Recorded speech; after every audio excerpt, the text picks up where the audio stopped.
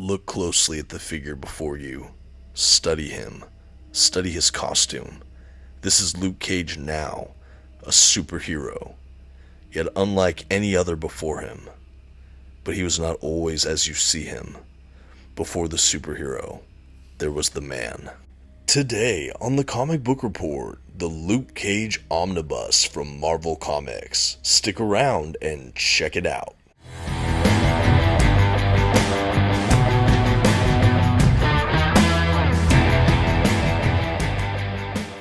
Greetings everyone, my name is Dominic and today you're tuning in to the Comic Book Report, where we review comic books and graphic novels so you can get an idea of what to read. And today I'm coming to you all the way back in the Bronze Age as we explore this fascinating classic. Of course, I'm talking about the Luke Cage Omnibus. But before we dive into today's review, I do want to shout out and say thank you to our channel sponsor, OrganicPriceBooks.com. If you're trying to pick up this book or other great comic book collected editions, definitely check them out. You can find their website in my description. You can even use my code, TheComicBookReport, at checkout to receive $2 off of your order. Please note, if you use my affiliate code or the link in the description to make a purchase, I will earn a small commission, but it's a great way to support the channel. Thank you so much for considering. Now let's get started with today's review. First, some quick facts about today's collection. The issues in this volume were written primarily by Steve Englehart, Tony Isabella, Don McGregor, and Marv Wolfman, and illustrated primarily by George Tuska, Billy Graham, Ron Wilson, and Lee Elias. The comics in this volume were first published by Marvel Comics beginning in 1972. The volume collects Hero for Hire issues 1 through 16, Power Man issues 17 through 47, and Annual issue 1. And finally, this oversized, glossy printed paper stocked, sewn bound omnibus comes in at 1,008 pages.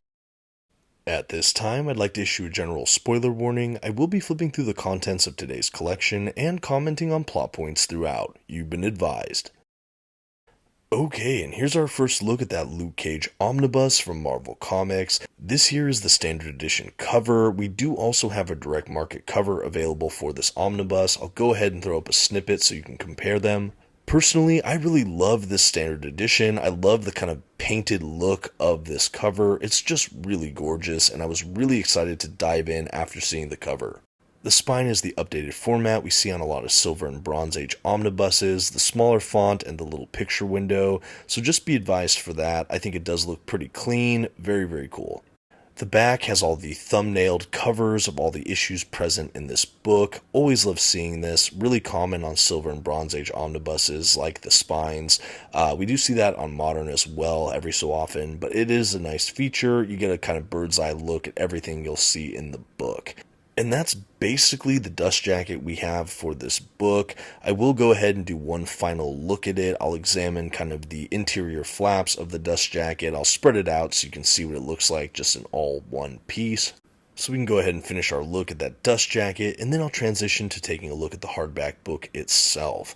Now, unlike a lot of the modern omnibuses we've gotten lately from Marvel Comics, this Bronze Age book is like the other Bronze Age or Silver Age collections.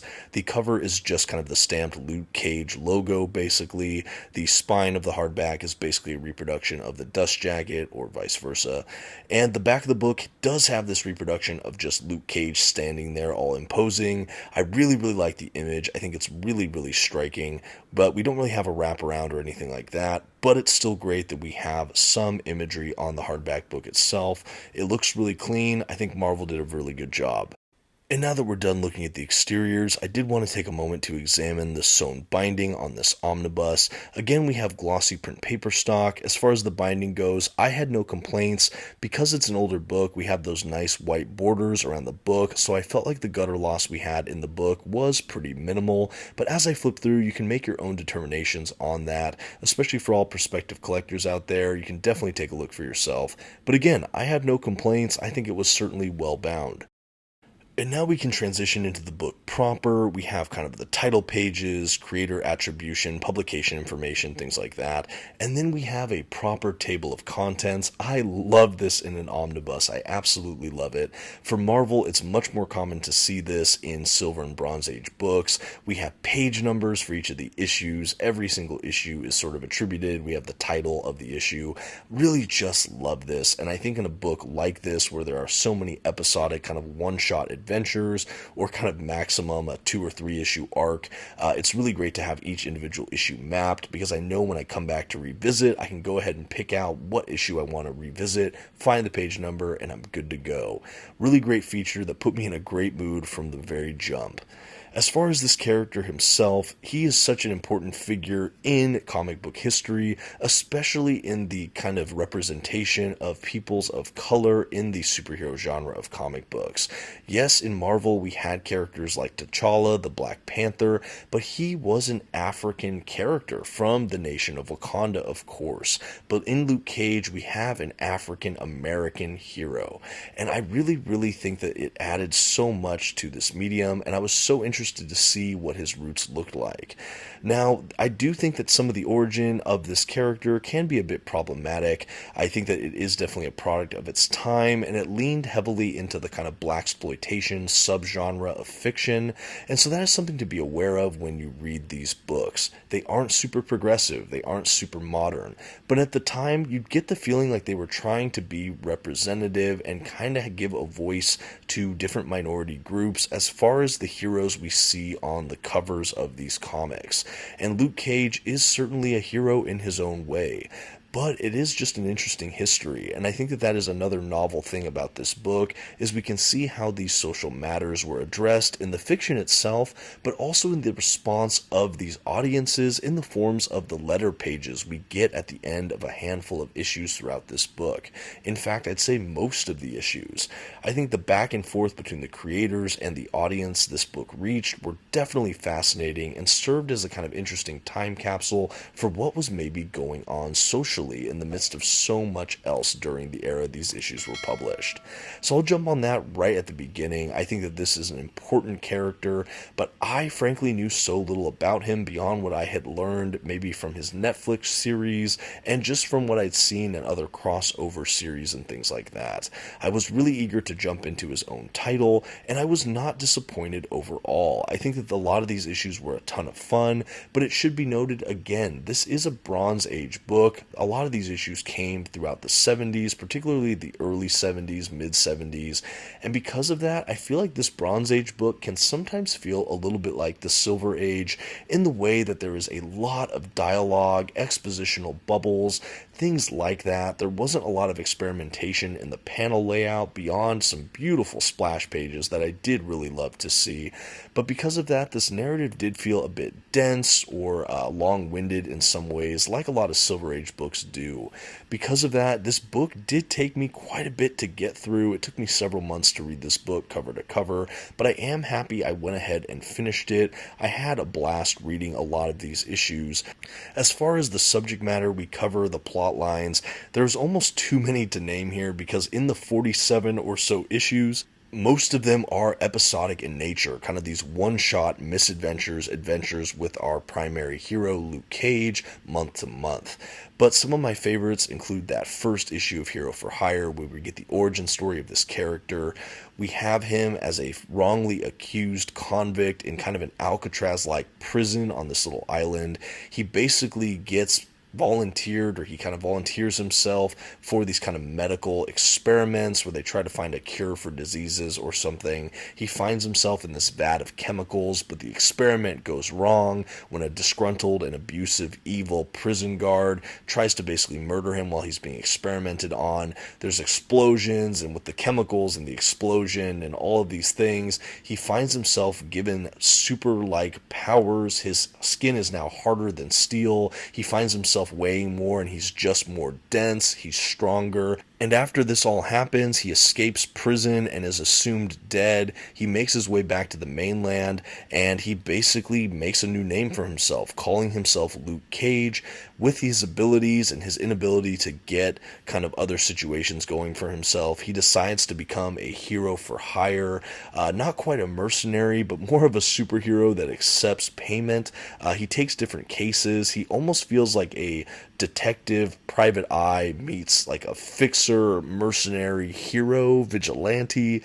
It's kind of a really interesting premise. You get the feeling that he is more noble and heroic than the title would suggest as hero for hire, but he still needs to earn a living. He gets a room above sort of a theater, and he befriends the kind of nephew or something of the theater owner, and he kind of just sets up his office in this building, and he just tries to take these cases. He gets really easily caught up in a lot of the violence and criminal element that he's trying to stop in his neighborhood, and it's just a really fascinating title. That Hero for Hire title went for about 16 issues before it was renamed Power Man.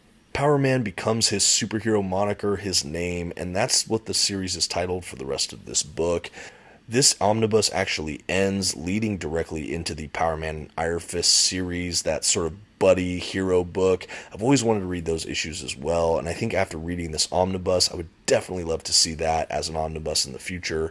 At any rate, this is a really phenomenal book. I really enjoyed it overall, but I think that there are many ways this does feel dated. It is a bit of a slog to get through overall. I think if this is a book you'd be interested in, it's a great book to read an adventure or two when you can, but if you're trying to binge read it cover to cover, it can feel like a bit of a chore at times, at least if you're like me. But I'm still so happy I read it. There were so many fun adventures here. I think that all the different writers and artists on this book definitely contributed very much to it. Some of my favorite things, too, were just the different characters. We obviously have Luke Cage. We have his buddy, who is sort of his landlord figure. We have Claire Temple, who's a nurse who becomes kind of a love interest throughout this book. We have the doctor that he knows from the prison experiments. And overall, we just have a really conflicted and interesting primary character. And I really think that that characterization really sets him apart, especially in the context of all the other books at Marvel at the time.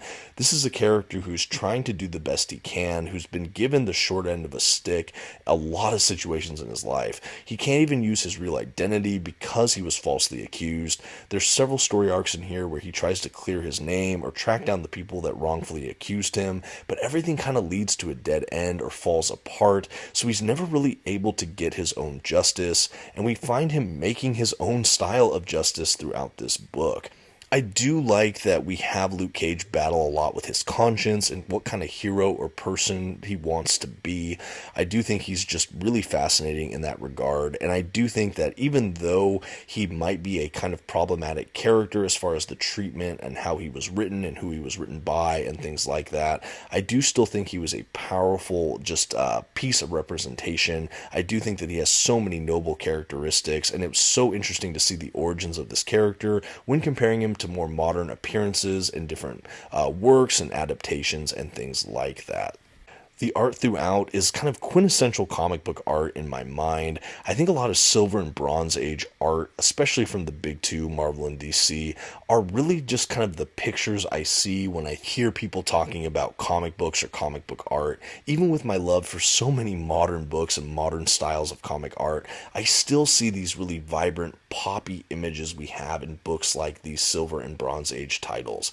The art is really gorgeous. I think that the artists really master the sense of motion, action, and even violence that's depicted in this book. This book is such a street-level vigilante kind of book. We constantly have him tangling with just different mobsters, gangsters, and the kind of colorful supervillains of the week.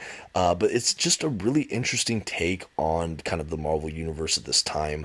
I don't see a ton of supporting characters from the broader Marvel Universe overall. Of course, there are some exceptions, like the Doctor Doom issue or two. So much fun with that one. But overall, overall, Luke Cage in this era really feels like he's within an ecosystem all his own, and I do think that that is just absolutely important to this book. It makes it feel like he has his own identity, that he has his own kind of set of motivations, goals, and supporting cast of characters without really relying too much on kind of intrusions or appearances from all of these other big name Marvel characters. In fact, I was kind of impressed to see that how restrained they were in kind of edging in some of those characters to maybe boost sales or what have you. I do just see really Luke Cage standing front and center in the spotlight, and again, I think the book is better for that. I think the stories are really interesting. This is also one of the first Bronze Age titles I've ever read from Marvel Comics. I know not too long ago I read the Adam Warlock Omnibus. I know that was around this era as well. And with that being kind of a more science fiction, cosmic, kind of spiritual allegory kind of title, this sort of street level vigilante book, it's so just oil and water different that it's fascinating to me to think that these were coming out at the same time. But with both of those collections together, I am starting to form kind of a picture of what Bronze Age Marvel must have felt like. I'm really eager to read more from this era, as I think that it really does combine a lot that I see from the Silver Age with things I start to see in maybe the late 70s, early 80s from Marvel Comics. So again, it's just a really interesting in-between time, and so having more omnibuses from this era has been really eye-opening for me. I do think, again, they're a bit denser to make my way through, but it was definitely rewarding, at least in the case of Luke Cage here, and for the Starlin issues of the Adam Warlock series, absolutely. But again, this book was really fun. Some other plot lines I really liked. I really enjoyed one of the big bads of the piece here, the villain Mace. This is kind of a disgruntled military person who was dishonorably discharged. He's kind of unstable. He lost his arm, and he has this sort of super-powered mace. And he's just out of his mind. He's trying to turn America into this like military state he controls, but he's just off his rocker. Luke Cage and team end up having to fight him at different stages throughout this omnibus, but every time he showed up, he was just electrifying as a villain, and I think it was just a really interesting kind of foil to Luke Cage. Every issue he showed up, and there were a lot of surprise appearances. At any rate, they were some of my favorite issues in this book. I think it was also fun to see characters like Cottonmouth or Mariah, characters that I had begun to know watching things like the Luke Cage Netflix series, but never really getting to see background in the comics for them. Seeing their early appearances was just a real treat for me. I know that, again, this work feels a bit dated. Even his costume is a bit dated. I'm used to the Luke Cage that just has sort of the yellow t-shirt, not sort of the yellow flowy open shirt and the tiara and the broken chain around his waist. But it's a solid look, and I think that he really just works it in this book. Overall, again, I think that this book was just so much better than I thought it would be, but it also took me quite a bit longer than I thought to get through it. I do want to speak to the letters pages in this omnibus again, because I do think that this is such a key facet for this book. A lot of Silver and Bronze Age books include letters pages that were included in the original issues, but with a book with a character like this at the time that this was written, I think that these letter pages are an invaluable time capsule for this demographic and for this audience responding to this character. I think that there is a lot of social commentary we can get reading those letters, especially after reading the issues the letters were kind of written for or from. Just really fascinating and eye-opening. I really found like the letter pages in this omnibus to be some of the most gripping and interesting. There were some I scanned over, but some that really just captured my imagination and just really made me think, ask tough questions. And I think that that was kind of an unexpected perk of this omnibus, and certainly made it kind of a valuable collection. I know that some epic collections don't always include letters pages, so I think that that is definitely an asset I see in a lot of omnibuses. This one included a really interesting collection. I do think Luke Cage's personality type was also different than some of the Luke Cage I see in modern incarnations for this character. I think that he's a little bit more quick, kind of hair trigger temper than I see in modern runs or kind of depictions of Luke Cage, where he feels a little more even keeled or is kind of slow to anger. This Luke Cage is much more like something happens and he is reactive and he is strong and he is just moving, breaking, and making his his way to justice in his own right. I do think that that is an interesting choice for him. We do have a lot of just breaking chains imagery. We do have a lot of just fighting for his rights, fighting for his freedom, fighting to be. I do like the kind of themes of identity, who he wants to be. It's so interesting that even who he is, he can't even use his real name. He's going as Luke Cage to evade the law, a law that he didn't even break. It's just such an interesting kind of set of contrasts.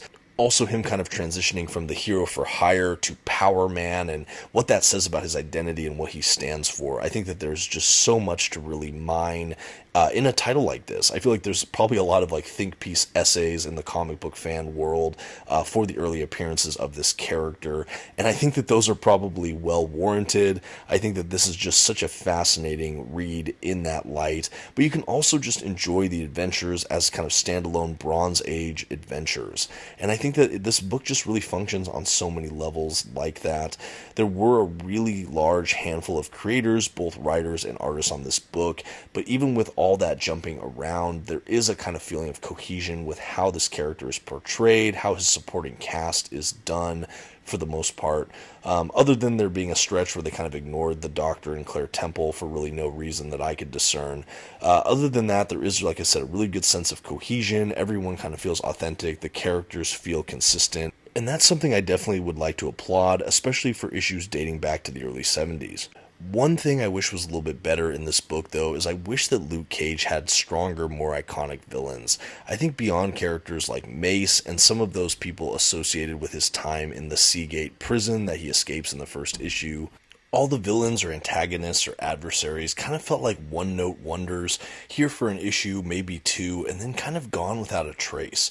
None of them really seem to impact the major storyline or characters involved, again, beyond characters like Mace or those first comfortable villains that maybe knew his past. And I think that that's a bit of a shame. I think that if we had some other big baddies other than Mace, basically, I think the collection would have been a little bit stronger. Luckily, that was offset by the kind of character dynamics. I feel like his supporting cast of characters really rang true and were, like I said earlier, very consistently represented throughout. I really think that they just really helped bolster this series. I think if you didn't have really remarkable villains and the characters were really flat, this book would have gotten canceled really early. But I think because the supporting cast and the primary character was so interesting and dynamic, you could kind of endure the sort of villain of the week that had no real bearing or consequence on the greater narrative here because you were so grounded in that central character and cast. And I think that that really is one of the strong points of this Luke Cage run and this omnibus. There really are so many different plot lines we could cover in this book. It is about 48 issues, and almost all of them have their own standalone misadventure. Other than, again, a couple 2 or 3 issue arcs that we have, there are some kind of thin plot threads that do over-arc into different arcs. But beyond that, there are so many different individual stories in this book. In that way, again, it feels kind of like a Silver Age book to me. But I think it works, and I think overall it was really fun to read. I again recommend this book as a more of, take it off the shelf, read an issue or two as you like, put it back on the shelf, come back at a later time. If you are trying to binge read it cover to cover, unless this is really up your alley, I do think it can become a bit of a chore. But I am really happy I finished it. I'm so happy I reached the end of it. Like I said, it took me a few months, but I'm really happy I saw it through because there were a lot of really great issues. Even some of the last issues in this book were very, very strong, and I felt myself actually wanting to read more from Luke Cage. And I think that that's one of the better compliments I can give this book, especially after it took me so long to get through it, and with this material being so dated, the fact that I was still compelled by these characters by the end of almost 50 issues really says something about the longevity of some of the characters presented here. Overall, though, the issues were very uneven with quality. Some of those adventures of the week just didn't really ring true for me. I think being more of a fan of a lot of modern reads, this is one Bronze Age collection that while I will revisit, I maybe won't recommend to every comic book reader out there, especially a lot of modern audiences. But I'm still so happy Marvel created this book. It also has a great handful of extras. We have some behind the scenes kind of production images, things like that round out and pad the back of this omnibus volume. Was really happy to see that. A really interesting omnibus that definitely adds a lot of variety to my collection. I am, again, really happy I read it. Even if a lot of the issues weren't the most memorable, certainly the character is.